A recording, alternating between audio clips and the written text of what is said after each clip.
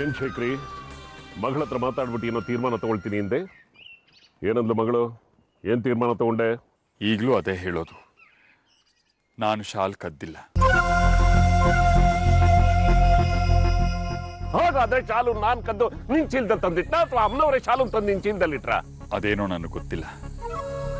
ಆದ್ರೆ ಕಳ್ಳತನ ಆಗಿರೋ ಶಾಲ್ಗೂ ನನಗೂ ಯಾವುದೇ ಸಂಬಂಧ ಇಲ್ಲ ಕೇಳಿಸ್ಕೊಳ್ಳೋರಿದ್ರೆ ಕತೆ ಹೇಳ್ತಾನೆ ಇರ್ತಾರೆ ಇವರು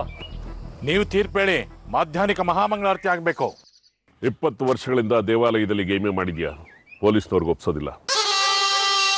ಮಾಡಿದ ತಪ್ಪನ್ನ ಒಪ್ಕೊಂಡು ಪಂಚಾಯತ್ ಮುಂದೆ ಮಂಡಿ ಊರಿಗೆ ಕ್ಷಮೆ ಕೇಳಿ ಹೇಳಿದ ದಂಡ ಕಟ್ಟು ಊರ್ ಬಿಟ್ಟು ಎಲ್ಲಿಗೆ ಹೋಗ್ಲಿ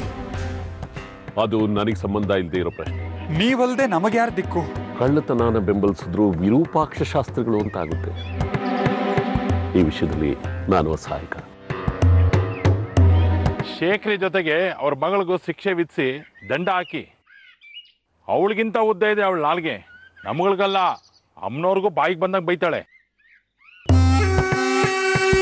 ಕೊನೆಯದಾಗಿ ಏನ್ ಹೇಳ್ತೀಯ ಶೇಖರಿ ನಾನು ಕದ್ದಿಲ್ಲ ಅಷ್ಟೇ ಮತ್ತೆ ಕಳ್ಳತನದ ಮಾಲು ನಿನ್ನ ಹತ್ರ ಹೇಗ್ ಬಂತು ಅಲ್ಲಿ ನಿಂತಿದಾನಲ್ಲ ಜಗ್ಗಿ ಅವಂದೇ ಇದೆಲ್ಲ ಸಂಚು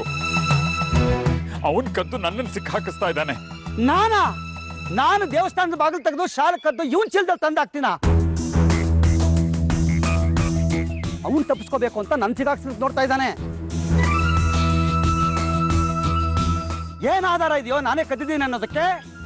ಸುಳ್ಳು ಆರೋಪ ಮಾಡಿದ್ರೆ ಷಟಕ ಅನ್ನೋದನ್ನು ಮರೆತು ಕೆಟ್ಟದಾಗ ನಡ್ಕೋಬೇಕಾಗುತ್ತೆ ಮತ್ ಹೇಳ್ದೆ ಅಲ್ಲಿ ಇದೆಲ್ಲ ನಂದೇ ಪಿತೂರಿ ಅಂತ ಅಯ್ಯೋ ಮಾತಾಡದಕ್ ಬಿಟ್ರೆ ನನ್ನನ್ನೇ ಸಿಕ್ಕಾಕ್ಸಿ ಊರು ಬಿಡಿಸ್ಬಿಡ್ತಾನಪ್ಪ ಇವನು ನೆಲ್ಸೋ ಜಗಿ ಸಾಕು ಅಮ್ಮನವ್ರ ಮೇಲೆ ಪ್ರಮಾಣ ಮಾಡಿ ಹೇಳ್ತೇನೆ ನಾನು ಮಾತ್ರ ಶಾಲ್ ಕದ್ದಿಲ್ಲ ಕೇಳಿಸ್ತಾ ತಾಯಿ ಸತ್ಯವಾಗ್ಲೂ ಹೇಳ್ತೀನಿ ನಾನು ಕಳ್ಳತನ ಮಾಡಿಲ್ಲ ತಪ್ಪಿಸ್ಕೋಬೇಕು ಅನ್ನೋ ಕಾರಣಕ್ಕೆ ಅಮ್ಮನವ್ರ ಮೇಲೆ ಪ್ರಮಾಣ ಮಾಡೋನೆ ನೀನು ತಾಯಿನ ಕೊಂದಾದ್ರೂ ಸರಿ ತಾನು ಉಳಿಬೇಕು ಅನ್ನೋ ಸ್ವಾರ್ಥ ಈ ಶೇಖರ್ ಇದು ಇಲ್ಲ ಯಜಮಾನ್ರೆ ಖಂಡಿತ ನಾನು ಕದ್ದಿಲ್ಲ ಈ ಹೆಂಗಸರ ತರ ಕಣ್ಣೀರ್ ಹಾಕೋದೆಲ್ಲ ಬೇಡ ಇದಕ್ಕೆಲ್ಲ ನಾನು ಕರ್ಗೋದಿಲ್ಲ ನಮ್ಮಪ್ಪ ಕದ್ದಿರಲ್ಲ ನೀವ್ ಅವ್ರ ಮೇಲೆ ಸುಳ್ಳು ಆರೋಪ ಹೊರಿಸ್ತಿದ್ದೀರಿ ಅವ್ರು ಮಾಡಿಲ್ದಿರೋ ಕಳ್ತನನ ಅವ್ರ ತಲೆ ಕಟ್ತಿದ್ದೀರಿ ಇದು ಅನ್ಯಾಯ ಕೈ ಎತ್ತಿ ಮಾತಾಡಿದ್ರೆ ಹೆಣ್ಣು ಅಂತ ನೋಡಲ್ಲ ಕಪ್ಪಾಲಕ್ ಬಿಡ್ತೀನಿ ಯಾರ ಮುಂದೆ ಮಾತಾಡ್ತಿದ್ದೀನಿ ಏನೋ ಪರಿಜ್ಞಾನ ಇದೆಯಾ ನಿನ್ಗೆ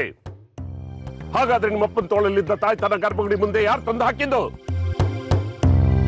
ನಿಮ್ಮಪ್ಪ ಜಗ್ಗಿನ ಸಿಕ್ಕಾಕ್ಸೋದಕ್ ನೋಡ್ದ ನೀನ್ ಯಾರನ್ನ ಸಿಕ್ಕಾಕ್ಸೋದಕ್ ನೋಡ್ತಾ ಇದೀಯಾ ತಪ್ಪಿಸ್ಕೊಳ್ಳೋ ತಂತ್ರ ಎಲ್ಲ ನನ್ನ ಹತ್ರ ನಡೆಯಲ್ಲ ಇನ್ನು ವಿಚಾರಣೆ ಅಗತ್ಯ ಇಲ್ಲ ತೀರ್ಪು ಹೇಳ್ತೀನಿ